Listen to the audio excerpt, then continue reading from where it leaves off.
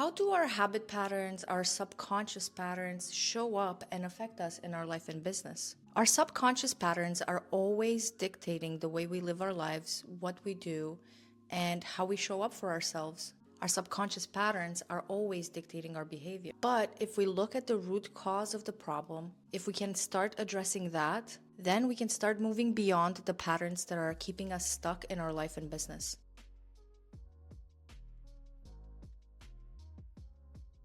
Hi creators, I'm Vanessa from Zen, branding and web design studio, where we help you tap into your CEO energy and finally live the life of your dreams. I make videos on tangible and intangible ways in which you can scale your business. So if that's a topic of interest to you, please check out my other videos and subscribe for more. Okay, let's get into it. I was inspired to talk about the subject of patterns and especially subconscious patterns because of the project I'm currently working on. If you guys don't know, when we start onboarding clients, we ask them to go through 2 sets of pretty thorough questionnaires so that we can better understand their business and their mission and who they are as a person. Well, when I was reading this particular client's questionnaire, she obviously mentioned how she's a psychotherapist. She combines psychotherapy with spiritual counseling to help her clients, among other things. But one thing that kept coming up in her answers was her focus on addressing patterns. So instead of regular talk therapy about, what's going on in your life right now or addressing certain trauma,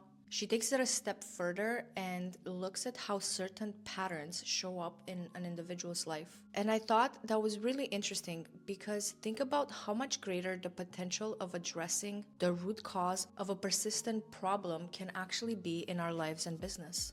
I know that in my own life, I've dealt and continue to deal with limiting beliefs and patterns of belief. And even though I consider myself pretty self-aware, there are some patterns that I still find hard to break. For me, a deeply ingrained belief is that making money requires hard work. And I've had this belief since even before I started my business. And all of the jobs that I've worked, everything I've done before having my business, I was always the hardest worker. I always give 120%. And sometimes, that extra is not always recognized.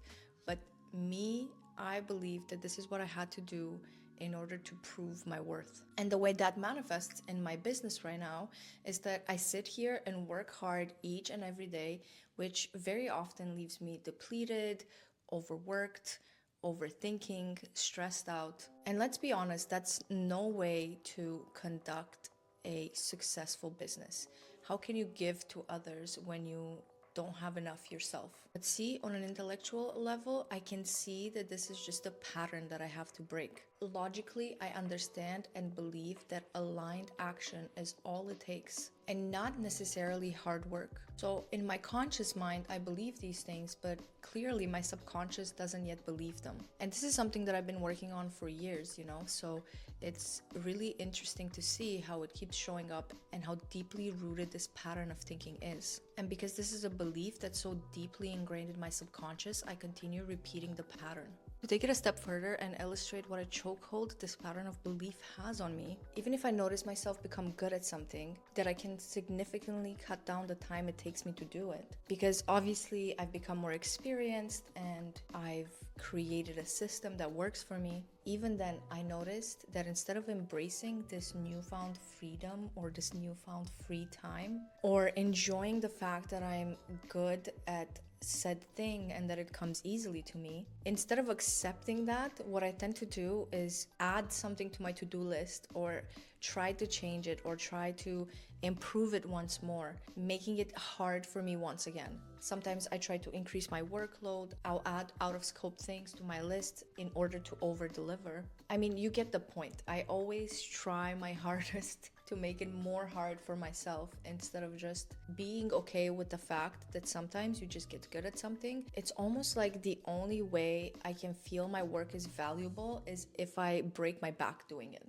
And I wanted to be transparent here with what I'm struggling with in hopes that you can take a look at what's showing up in your own life and business. Because think about it, patterns are such a huge part of running our own business. When you're your own boss, these subconscious beliefs can either empower you or completely hold you back. Because there is no one else setting the pace for you. It's all on you. One of the biggest patterns that I see in women entrepreneurs is this idea that you have to do it all yourself. It's this belief that if you delegate or ask for help, it means that you are not capable enough. But what happens when you do that? You get stuck in the cycle of overworking, micromanaging, and burning out because you are afraid to let go of control. And it's such a common one, especially for women who feel like they have to prove themselves. And let's be honest, that's all of us. Another big one that I see is the all or nothing pattern. You know, that feeling that if you can't do something perfectly, then why bother doing it at all? And this can show up as procrastination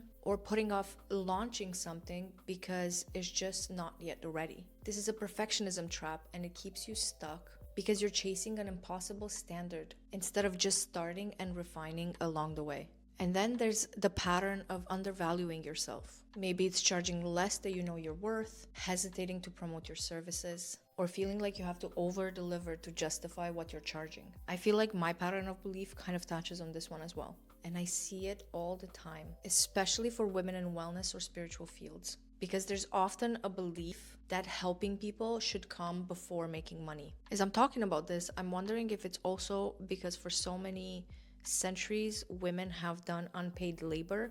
So perhaps now we struggle to charge for the services we provide. Perhaps there's an ingrained belief there. I'm not sure. But I feel like that's an interesting topic to dive deeper into. What about you? What patterns do you notice most when it comes to running your business? Do any of the above resonate with you? Or do you feel like there's another one that's been keeping you stuck? Let me know in the comments below. For now, let's talk about what can be gained from breaking these patterns. First of all, what you gain from breaking these patterns is freedom. Not just the freedom to work smarter and grow your business, but emotional freedom. Letting go of the constant pressure, guilt, and the second guessing that those patterns bring. For example, when you are ready to let go of the I need to do it all myself belief, you create space. Space to focus on the parts of your business that only you can do. And coincidentally, those are also the parts that light you up. Delegating or outsourcing doesn't mean that you're less capable. It means that you're prioritizing what matters most. And as a payoff, you save that energy for the big picture growth. Breaking the all or nothing pattern means that you finally stop waiting for the perfect conditions to take action. As you think about this, just take a second and imagine the momentum you would build if you started launching things before they're as flawless and refined as you want them to be. It will feel like you're finally unlocking progress that has been sitting on pause because you were holding yourself back. And with the undervaluing yourself pattern, when you break that, you finally start building a business that's sustainable. Charging what you're worth and setting clear boundaries doesn't just boost your income, it also attracts clients who value and respect you. You stop feeling resentful or drained because you are finally being compensated fairly for your time and expertise. And those are not even the biggest win. The biggest gain from changing these patterns is that you stop running your business out of fear and scarcity and start running it from a place of confidence and alignment. That's when your work becomes lighter, more meaningful, and more impactful. Not just for your clients, but for you too. So how can we change? How can we finally get rid of those patterns? I've been working on improving myself in all aspects for a few years now, and I've learned a thing or two along the way. And what I've learned is that in order to change those patterns spiritually, the first step is becoming deeply aware of them. Pay attention to when the patterns show up in your thoughts, emotions, or behavior. Journaling can also help you uncover where those beliefs come from. It's usually from childhood, society, or past experiences. But the key here is to observe them without judgment, almost like you're watching a movie. This awareness alone starts to create space between you and the pattern. From there, what we can do is work on reframing those beliefs. Affirmations are a really good one, but don't just use them mindlessly. Speak them with intention and connect to the feelings behind them. For instance, if you're trying to let go of the I have to do it all myself pattern. Say something like, I trust others to support me and my business thrives because of it. Picture yourself living that reality as you say it and let it sink into your energy. And if you want to take it a step further, I also recommend scripting. I made an entire video about scripting last week and how we can help you in your life and business. But I highly recommend scripting. I stand by it, and I think that you should really give it a try. In order to script away these patterns of beliefs, I would focus on talking in present tense about exactly how I want to feel right now. So for me, I always script that I have time, that I have ease and flow in my business. And just a little note on scripting here, I find that sometimes it works better for me to script the next step and not the final outcome. So that way it feels a little bit more tangible.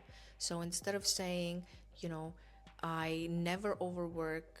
I have super good boundaries in place and I never work past 5 p.m. What I will script instead, I would say something like, I'm really enjoying this week because I have so much time for myself and I was able to rest and renew my energy. That's just what works best for me when it comes to scripting, but try it out and see what works for you. Next, because patterns live in the body too, somatic practices like yoga or breath work can help release the tension those beliefs create. Pairing movement with intention, like setting a mantra during a yoga session, helps shift not just your mindset, but your physical energy as well. Here, I also want to mention a new practice that I'm getting into this year, and that is EFT tapping. I love tapping because it doesn't take very long to do it, and you only need, 5 to 10 minutes. You can do it anywhere.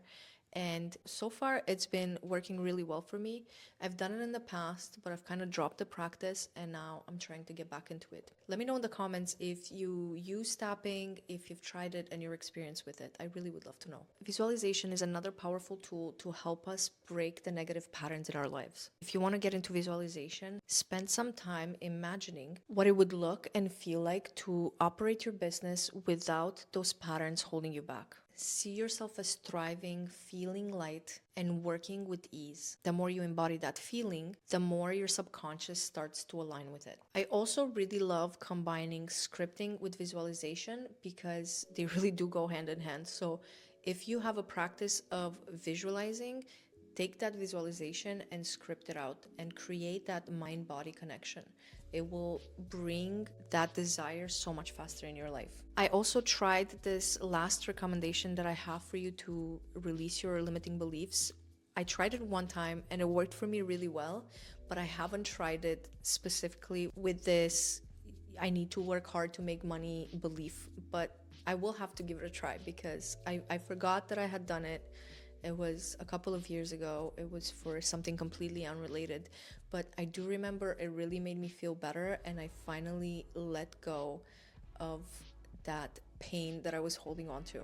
So this is a simple ritual of letting go. What you do is you write down your beliefs or patterns that you're ready to release, and then you burn it or you tear up the paper as a symbolic act of shedding them. Set a clear intention during this ritual, asking for guidance and strength to step into your new way of being. This one is very easy, it doesn't take a lot of time to do it, and you can literally do it today. Personally, I am always working on my own limiting patterns of belief. And what's really cool about the practices that we went over in this video is that they help you in more ways than one. They help you with your mindset, they help you physically, they renew your energy, and honestly, they're just really good all around. I like to create a practice out of them, but even if you do them every once in a while, I still find them very helpful. Also, please be kind to yourself during this process. It will take time to change deeply ingrained beliefs. And remember that change may not always be apparent right away, but that doesn't mean that it's not working. Keep at it, and before you know it,